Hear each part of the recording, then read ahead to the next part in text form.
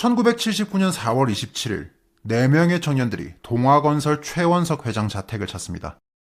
초인종이 울려 대문을 열어보니 넥타이를 맨 깔끔한 정장 차림의 청년들이 있었죠.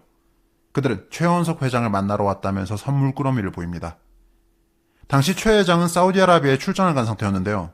경비원이 이를 안내하려는데 갑자기 청년들이 이상 행동을 보입니다. 그들은 무장강도였습니다. 숨겨둔 20cm가량의 칼을 꺼내 경비원을 기습합니다. 옆구리와 등을 찔렀죠. 치명상을 입은 경비원이 저항을 멈추자 그들은 그를 경비실 화장실에 처박고 곧바로 응접실로 뛰어갑니다. 큰 소리를 듣고 관리인이 뛰어나왔는데요. 범인들은 관리인을 붙잡아 그의 손과 발을 묶고 눈을 가렸습니다. 그리고 현찰과 귀금속 등을 찾아 집안을 뒤지기 시작했죠. 하지만 방문은 모두 잠겨있는 상태. 급기야 회장 집을 지키던 맹견 3마리까지 등장합니다. 작전을 이어가는 게 무리라고 판단한 그들은 도주를 결정합니다. 그렇게 정문으로 달아나는데요.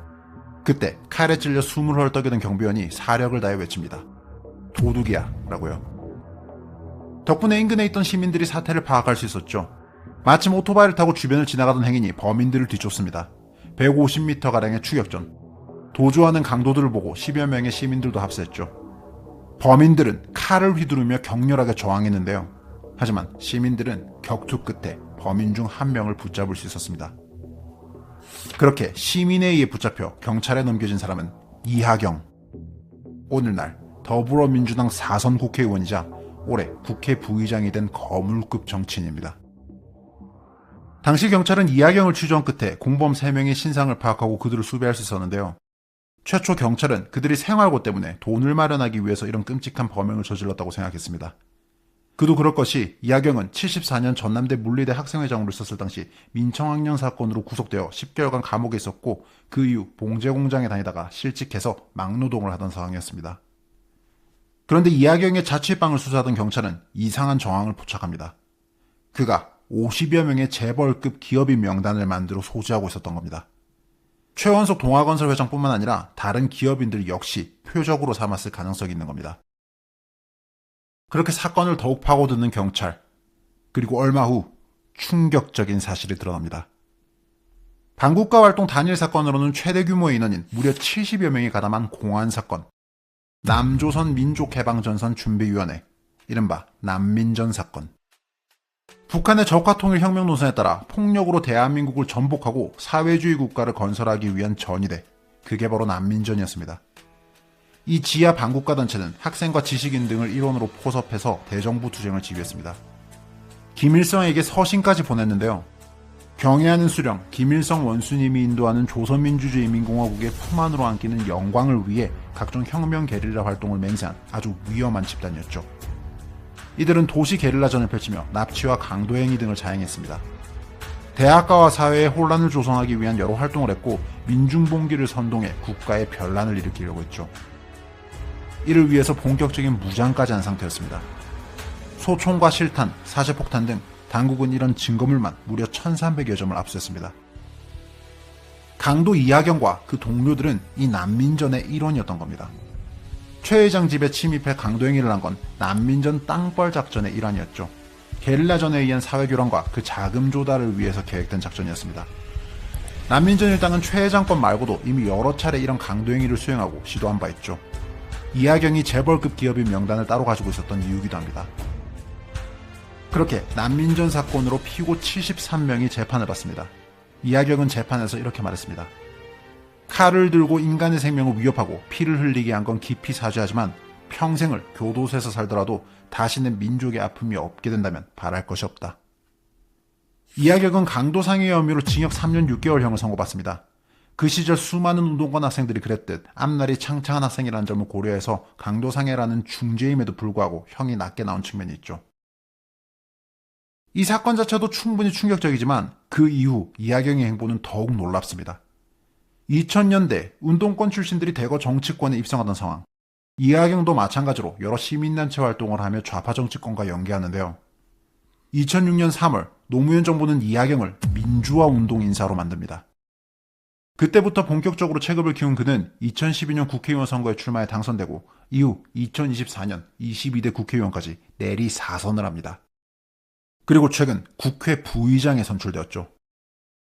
이하경은 본인이 저지른 강도 사건에 대해서 반성과 뉘우침은커녕 아주 당당한 태도를 보이고 있습니다. 본인이 민주화 운동단체에서 일하며 재벌을 어떻게 응징할까 생각하다가 운동자금 마련을 위해 벌인 일이라고 주장했죠. 불법적인 총과 사제폭탄으로 무장하고서 북한 기밀성을 위해 국가를 전복시키려고 한 단체를 민주화단체라고 규정하면서 그렇게 말한 겁니다. 그의 전과에 대한 비판 여론이 생기자 조국도 나섰죠. 조국은 김구도 강도살인 전과가 있다며 이하경 등 목숨을 걸고 싸웠던 투사들을 지금의 잣대로 판단하면 안 된다는 식으로 글을 옹호했습니다. 같은 지역구 후보가 강도상의 전과자를 또 국회의원 시킬 거냐며 2번은 안 된다는 현수막을 걸자 이하경은 이런 현수막을 걸었습니다. 국민을 위해 감옥을 간 사람, 민주화 유공자 이하경. 북한 독재자를 찬양하며 국가를 전복시키려 했던 단체가 민주화 운동단체가 되고 강도상의 전과자가 민주화 유공자가 되고 심지어 4선 국회의원에 국회 부의장까지 하는 나라. 어처구니 없지 않습니까? 그런데 특정 정치 세력에 의해 역사가 바뀌고 상식이 붕괴되고 있는 지금 대한민국에서는 이런 일이 너무나 흔합니다.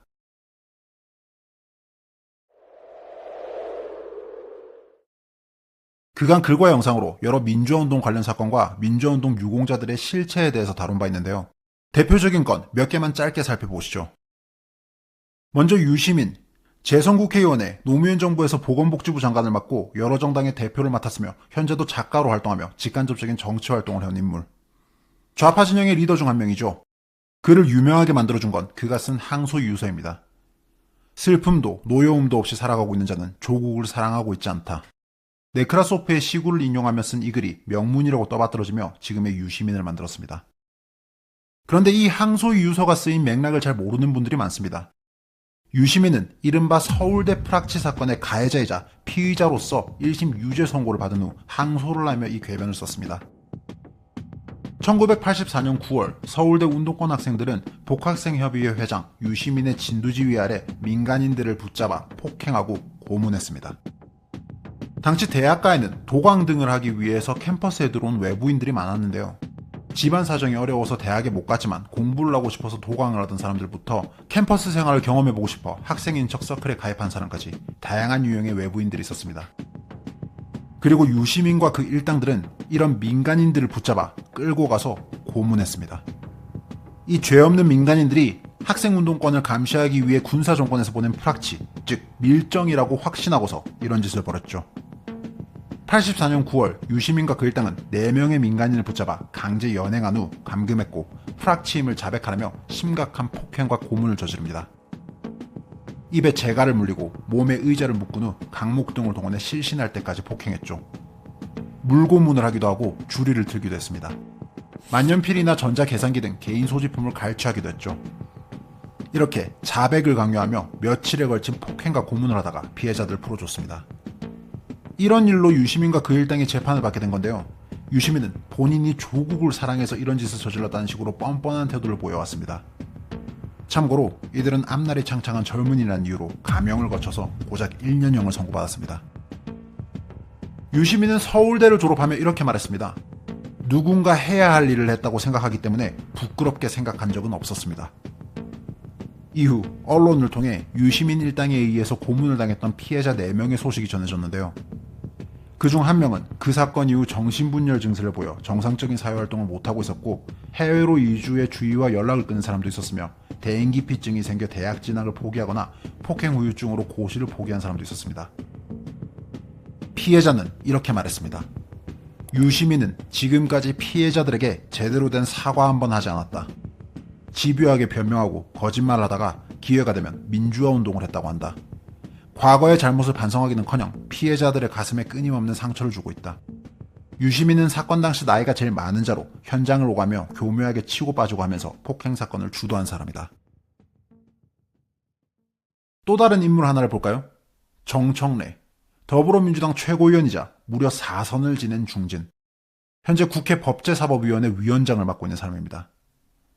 그는 과거 폭탄 테러를 저지른 사람입니다. 1988년 서총련 간부로 활동하던 운동권 대학생 정청래는 이미 국가보안법과 집시법 위반 혐의로 구속된 바 있는데요. 김일성 주체사상 관련 책을 간부들에게 배포하며 사성활동을 벌인 저였는데 그의 공안사범들에 대한 사면과 복권 등이 이루어지며 정청래에 대한 혐의도 공소 취하됐었습니다. 하지만 바로 다음해 1989년 정청래는 노태우 대통령의 방미를 앞두고 일을 벌입니다. 정청래를 포함한 서총련 일당 6명은 미국 대사관저에 침입했습니다. 무려 사제 폭발물을 들고서요. 4개의 사제 폭탄, 6개의 화염병, 4개의 투척용 최루탄으로 무장한 그들은 최루탄으로 경비원을 제압한 후 대사공간 안 접견실을 장악합니다. 그리고 바리케이드를 친 후 바닥에 신너를 뿌리고 농성에 들어갔죠. 노태우의 매국 방미에 반대한다면서요. 당시 건물 안에는 주한미국 대사와 대사의 부인도 있는 상황이었습니다. 경찰들이 접근하자 정청래와 그 일당은 사제 폭탄을 던지며 격렬히 저항했습니다. 이 일로 정청래는 징역 2년을 선고받았는데요. 김영삼 정부에서 특별사면 복권되었고 이후 정계에 진출합니다. 민주화 투사로서요. 2013년 국회의원인 정청래가 국정감사 일정으로 미국에 갈 일이 있었는데요. 미국 국무부에서는 그에게 비자를 발급해주는 걸 거부합니다. 한 외교 소식통은 그의 미국 대사관저 점거 사건이 문제가 된 것 같다고 얘기했죠. 정청래는 자신이 민주화 투사라는 식으로 주장하고 있지만 국제적 기준에서 보면 그는 김일성 사상과 비뚤어진 반미 이데올로기로 대사관에서 폭탄 테러를 저지른 위험한 범죄자일 뿐입니다. 살펴볼 마지막 사건은 동의대 사건입니다. 이 사건은 민주화 운동으로 규정되었고 이 사건 관련자들은 민주화 운동가가 되었죠. 1989년 2월 동의대에서 입시 부정 문제가 터집니다. 당시 정부가 전국 대학을 대상으로 감사를 실시했는데 신입생 입학과 관련된 부정부패가 심각하다는 발표를 했습니다. 문제학교 명단이 발표되는데 여기에 동의대가 포함되었죠. 이 일로 동의대 총학생회를 중심으로 학교 측의 진상규명을 요구하는 시위가 시작됩니다. 가두 시위와 교내 점거가 이루어졌죠. 이는 5월 들어 절정에 달합니다. 입시 부정 문제에 항의하던 학생들이 교문 밖으로 진출해 가두 시위를 벌였는데요. 그들은 뜬금없이 파출소를 향해 화염병 5개를 던졌습니다. 경찰들은 이를 막기 위해 공포탄을 발사했죠. 그런데 학생들은 다음 날 왜 공포탄을 쐈냐며 파출소에 가서 항의 시위를 벌입니다. 그리고 그 과정에서 경찰 5명을 붙잡아 학교 안으로 끌고 가서 감금했죠. 그 다음날 경찰 측은 감금된 동료 경찰들을 구출하기 위해 진압작전에 돌입합니다. 문제는 동의대 학생들이 진입로에 함정을 설치했다는 겁니다. 그들은 신나를 뿌려둔 채 경찰들이 진입하기를 기다렸고 동시에 수십 개의 화염병을 던져 불을 질렀습니다. 이 끔찍한 행동으로 경찰 20여 명이 불길 속에 갇혀버립니다. 그렇게 경찰 7명이 사망하고 10명이 중상을 입는 참사가 벌어졌죠. 이 일로 현장에 있던 동의대 학생 94명 중 76명이 구속되었는데요. 이들을 변호했던 사람들이 바로 노무현 전 대통령과 문재인 전 대통령입니다. 2002년 4월 김대중 정부는 이 동의대 사건의 가해자였던 학생들을 사학비리에 항거한 민주화 운동가로 인정했습니다. 그리고 이에 따라 보상을 해주기로 했죠. 이를 주도했던 당시 민주화운동 보상심의위원회 위원 중 한 명이 바로 해당 학생들을 변호했던 문재인이었습니다. 이 일로 사랑하는 사람을 잃은 유족들의 심정은 어땠을까요? 동의대 사건 가해자들이 민주화운동가가 된다는 소식에 경찰관 유족들은 격렬하게 반대합니다. 무고한 경찰들을 불태워 죽인 이 끔찍한 사건이 어떻게 민주화운동이 되는 거냐며 항의했죠. 이 사건으로 남편을, 아들을, 가족을 잃은 유족들은 가해자들이 자신이 낸 세금으로 민주화운동가 보상을 받는 꼴을 봐야만 했습니다. 자, 이쯤 되면 여러분은 깨달으셔야 합니다. 역사를 독점한 특정 정치 세력이 지금 이 대한민국이란 나라를 얼마나 비정상적으로 만들고 있는지를요.